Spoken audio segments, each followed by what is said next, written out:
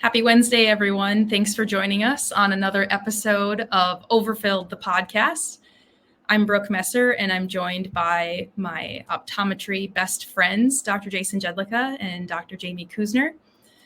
We like to talk about things that overfill us, fill us with gratitude and happiness related to our work. We are all contact lens specialists, love to invest our time and education into that. So a lot of the times we talk about specialty contact lenses, but we also like to talk about things in life that fill us with joy as well. And so happy you're all here with us today. So Jason, big week with the eclipse. What overfilled you this week?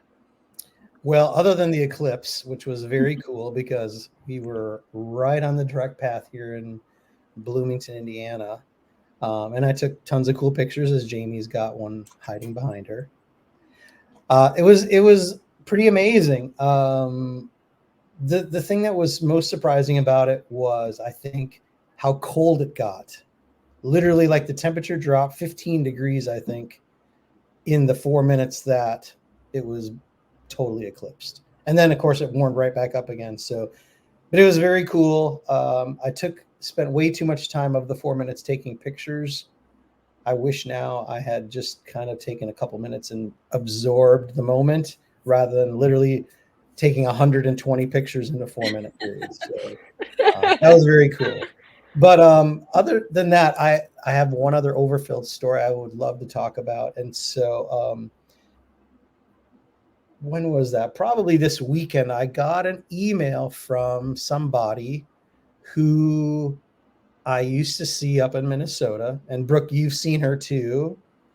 But I first started seeing her at the University of Minnesota in 2000. So she was 12 years old at the time. And she is a microcornea patient and aphakic in that eye. And so I saw her for years at the university. Then when I left the university and started to practice in Edina, she moved over there and I saw her there. Then when I left, she saw you there. Mm-hmm. Her name was Sarah. I'm not going to say her last name, but maybe you'll remember. Yep, I do. Anyway, she emailed me because she's now married, has kids, lives in Chicago. She's an accountant in a big high rise. And, but she's having trouble with her lens because she lost her last lens she wore. And it was a custom soft lens. And the lab that made it doesn't make soft lenses anymore. And she couldn't get a new one. So the doctor she sees there, who's amazing, great doctor, had ordered her a replacement and it wasn't working. So she just said, she emailed me in the hopes that I would be willing to help her again, even though I haven't seen her for 10 years. So we had a lot of fun. I called the lab that made her lens. I talked to the consultant who I know very well, good friend. And I said, hey, tell me about this lens that she lost. And he said, oh, yeah, we did a lot of customization with that one. It's a 12 millimeter soft lens plus 18 base curve. He's like, but we did an intermediate zone, like a reverse intermediate zone. And we did an expanded optic zone and blah, blah, blah. So anyway, then I said, well, who would you recommend to make a new one? He gave me another lab. I called them. I said, can you make this lens? Well, yep.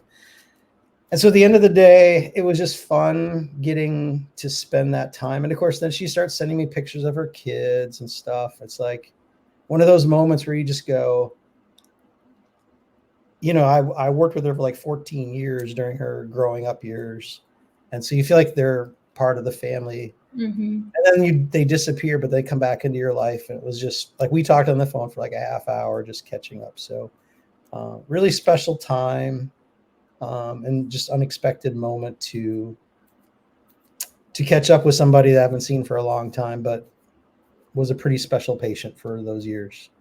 Yeah. And in a lot of professions, like a doctor that I saw 10 years ago, I'd be like, I don't know. I don't remember what his name was or that kind of thing. And so to have that kind of like, I'm going to seek out this person and find them. And she had to probably find you on the university website, do a little homework to find your email and that kind of thing. So that's awesome. Yeah. Jamie, I know you have some fun pictures about your current status. So I'm going to say one thing about my overfilled life, and then you can take it away.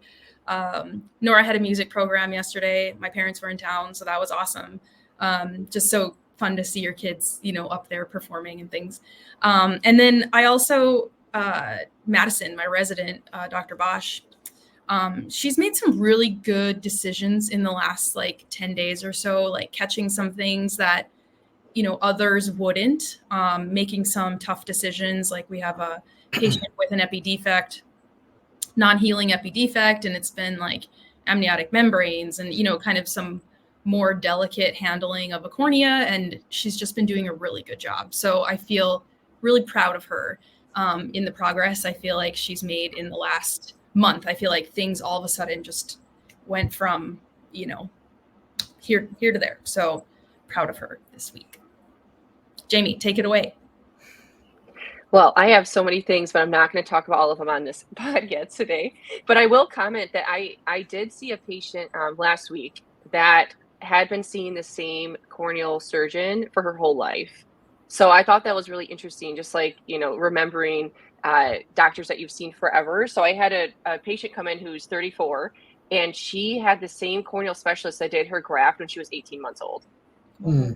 And he sent her to me to fit a lens. So I was kind of joking. I'm like, he's almost like your dad at this point, right? Like you've probably seen him multiple times a year for the past 30 years. And it was her first time ever doing a contact with me, or in general wearing a contact. So I'll share that story in the future once her lens comes in. But it was really special. And I thought it was really special that the surgeon trusted me with this patient, because obviously he probably has a really good bond with her with all that time. So that was a really cool overfilled moment. But my big thing is I'm at a conference right now. I'm at Vision Source Exchange. I'm working here, and I went to Disney with my kiddos. So Disney's always really fun. It's a very magical place. Do you want to throw up the pictures I sent you, Jason? Yes, ma'am. So here's my two babies. So I have a 3 and a 5-year-old. So I have Eloise and Olivia. Okay, so our first pictures on the teacups. They had such a fun time. I love all the little live videos when we take them on the iPhone, because they're all just little snapshots of their whole day. Yeah. But my biggest overfilled moment, and it was so cheesy, but was Eloise with Anna, Princess Anna from Frozen. For everyone that has kids, you know who that is. So she was so excited to meet her. She's her favorite. And I had saw this reel on the internet randomly that was talking about how the Disney characters love hugging the kids, and they don't let go of the kid until the kid lets go of them. They have this rule. And I saw this video of a kid, and I'm like, oh, that's kind of cute and funny. And so then Eloise just very sweetly was hugging Anna with her head on her, and she just did not let go. And then Anna just kept hugging her and rubbing her back and talking to her, and it was a whole minute hug. And then I thought to myself, oh my gosh, she's not gonna let go of her. And it was just so sweet. So she even said oh, did you fall asleep there? Oh my gosh. So I just came up and kind of rubbed her back, oh, yeah. Other kids need a turn too, But yeah. I thought that was so sweet that they take so much time with the kiddos, and it's just so magical for them at that age, because everything is so real, right? Yeah. So it's just such a fun experience for them. And also, as a business owner, going to Disney, you're wow, this is what customer service is. The whole park is so clean. Everyone is so friendly and welcoming. And I'm sure they deal with frustrated people all the time, but everyone's always happy. And I kind of took that away of wow, we should have a little staff meeting about how whatever Disney does to train their staff, just to make them have people have the best experience. And I think that's what we want as doctors too. But I'm here for Vision Source Exchange. So I'll be working at the Oculus booth tomorrow, talking about topographers and IPL and dry eye. So if you're around the exchange, come and say hi. Kind of a fun private practice meeting. So a little different than our specialty lens meetings that we always go to. So it's fun to get out there and learn some new practice management tips. But that was my overfilled. I also had a lot of cool patients that I'll share in the future too. Yeah. So even though you're working, you're still going to come home poor because Disney takes all your money. Essentially. But at least when it's a business trip, you're well, I have to go for work, and I'll just use miles for the kids' tickets, and then we finagle it. So I'm very fortunate to be able to do that. Yeah. Because Disney is super expensive. So if I can, help offset it by consulting, then I'm happy I can do that for my family, and they love it. For sure. We did the same thing when Academy was in Orlando a handful of years ago. Hunter wasn't born yet, but we took Nora to Disney too. And just, it's a must do. You got to do it, right? At some point with your kids. So with that, kind of touching base on our last episode, we had chatted about our good friend, Bill Shelley, who overfills many of us, or at least in some point in our career has filled us up with opportunities and, moved the pieces around for us to connect with the right people, to make the next step in our journey of being a specialty contact lens fitter or just the industry in general.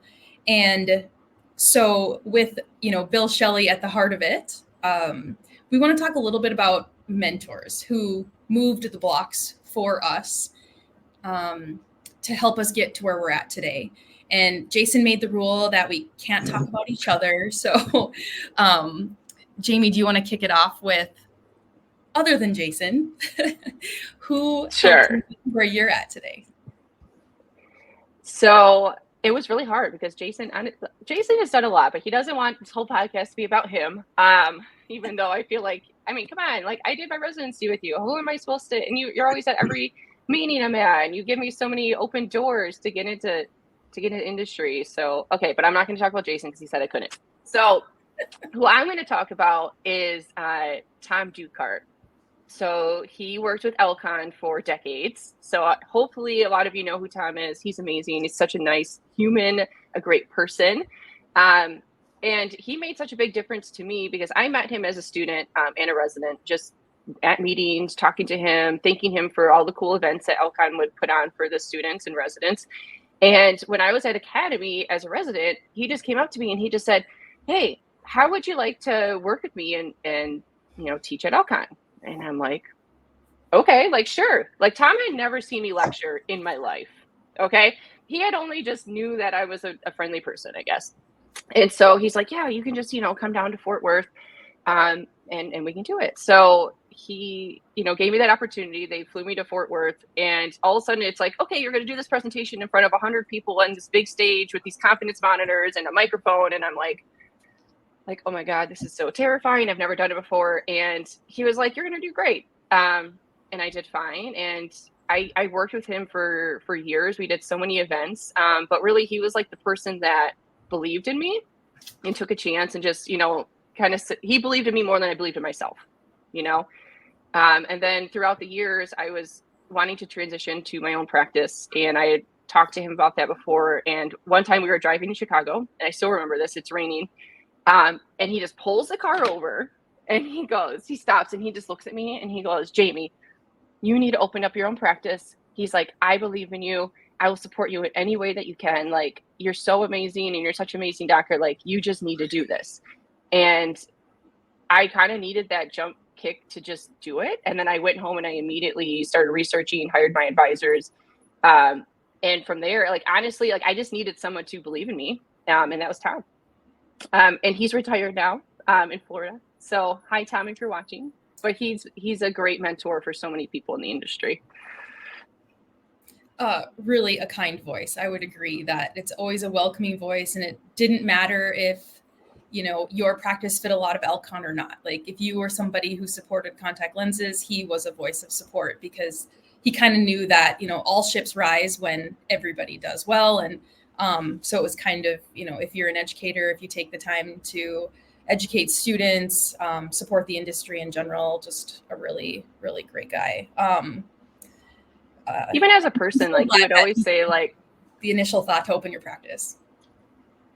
Yeah, like, even as a person, like, he would always just say, like, he was so kind, and he would always say, like, people are probably going through so many things that we just don't know about. Like, I would travel through Chicago and people would just be, how people are in public and just rude. And he was always just like, "Oh, let me get the door for you." Like, "Oh, you just, cut me a line. That's fine." Like, he was just such a good level-headed guy. And I was like, wow, like, I just want to be as good of a person as Tom. Like, that would make me just a good person in general. What about you, Jason? So I say this and in case Dr. Silbert is listening, please know I say all this in love. But I was going to talk about Joel Silbert, who was my contact lens professor at Pennsylvania College of Optometry as a student. And I was the official note taker for our class. So that means that for contact lens, that is. So that means that I had to pay extra special attention to him every class to record every little note, because this was in the days, before recordings and everything like that. So lectures, if you didn't go, you didn't hear what was discussed.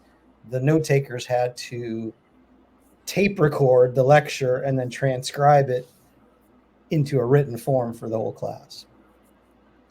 So I used to sit in class and take good notes, and I even ended every set of lecture notes with a poem about that day's topic. So fast forward a couple of years, and Dr. Silbert was pretty, he was a little bit demanding in terms of, he had high standards, high expectations. He didn't put up with a lot of BS and goofing around. And so a lot of the students in our class were intimidated by him. And I was probably a little bit too. And then when I kind of ended up doing the contact lens residency at PCO, which was another whole episode of how that all worked out, then I worked with him for the next year. And I remember early on in the residency, seeing a patient and struggling with it and coming to talk to him about it. And he asked me, he said, well, what have you tried? And I said, well, I'm not really sure where to begin. He said, well, go try something and then come tell me what you found out. So he definitely pushed me at the time to learn and to grow. My year there was life-changing. I submitted a research article which got published and won awards, and really just ended up recognizing how kind of a person he is, how family oriented, and a lot of things that you didn't see as a student, you got to know him as a person. And I would see him at meetings, and it was always great catching up. So so I would just say one of my biggest mentors, and especially in terms of contact lens, was Joel Silbert, who of course is retired now too. But I'll make sure that he sees this mention and watches our episode. Isn't it amazing how like these mentors too, it's like they're kind people. And so I always think like if you're just like, you got to be great at what you do, but if you're kind, I think it opens so many more doors for you, just being a good person. And it always makes me so happy when good people get to a high point in their career, because everyone's cheering them on. Yeah. Well, and again, you want to set high standards and expectations for those who you are mentoring. So sometimes you have to have some tough love, but at the end of the day, when you get outside of that moment of teaching in the work environment and you're connecting with them just as a person to person, then they kind of let that persona down a little bit and you get to know them better as a person. That's when you really appreciate who they really are. And that a lot of the outside stuff is really there just to push you and to make you the best you can be. Yep. That is kind of that I've learned in, having a resident for a few years now, is there's definitely the in-clinic when you have to be like, like Dr. Silbert said, like, go look again, like you missed something, or there's got to be another reason for this. Where you do have to kind of be firm instead of being like, oh, it's okay, I'll go look and tell you the answer. And then when they do come down and sit and tell you, like, this is what are my plans for next year, this is what I'm looking for, then you have that more human connection. So you do kind of have to have that like dual personality where I'm going to push you, but I'm also here, and I'm not pushy in a mean way. But when curious, Jason, did you apply to other residencies, or was Salis the one? I didn't even apply to the contact lens residency. I Well, applied that's to the a story. disease residency and I didn't get one. Okay. So I didn't match, and their contact lens residency position didn't match. So that's why I tell people, if you don't match, just go into the post-match process and see where you connect. Yes. Because ultimately, that's where you're meant to be anyway. Yes. You just don't know it at the time. You just didn't realize your plans weren't the best plans. Yeah. And that's the same with our resident last year. We got him through the rematch, and man, did we love him. Like, the staff was tearing up when he left. And so I totally agree that the rematch is like, it's just supposed to be that way. And your plans weren't the best plans. Right. So for me, I feel like my phases of my career, you kind of have a mentor through each of them. And since I can't talk about how Jason like took me under his wing, and I'm not going to talk about all the opportunities he passed along, because there were times that I even remember hearing you on the phone. Somebody would call or email or something, and they'd ask you if you could do something. Just stop now. And then you'd we say, can just make it. Brooke can do it. And then those were ways that I kind of got into meetings earlier. It was like, well, I can't do it, but Brooke can. And so there was a lot of, runoff opportunities that way. So, and I won't talk about all those times that we spend together designing lenses, but anyway. So first off, of course, I've mentioned Dr. Edrington on a couple previous visits, and a lot of how I care for patients from a human connection comes from Dr. Edrington. I think I shared it last time, but one of the quotes that sticks with me is like, these patients think about their eyes a lot, and our job is to make them think about their eyes a little bit less so that they can just feel more normal, like a normal eye care patient.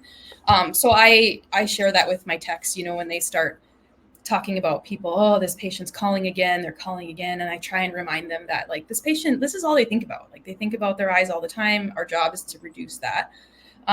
So I feel like the human connection aspect of patient care stems from Dr. Edrington quite a bit. I also think that Scott Hausworth has been a good mentor for me, especially in the early part of my career. As I was getting to know you, Jason, I spent some time with Hausworth as a student. And so in those first couple meetings, like navigating, when you're a resident and you go to big meetings, you're like top tier, right? Everybody wants the residents. And then you go to a meeting your first year out and you're like a nobody.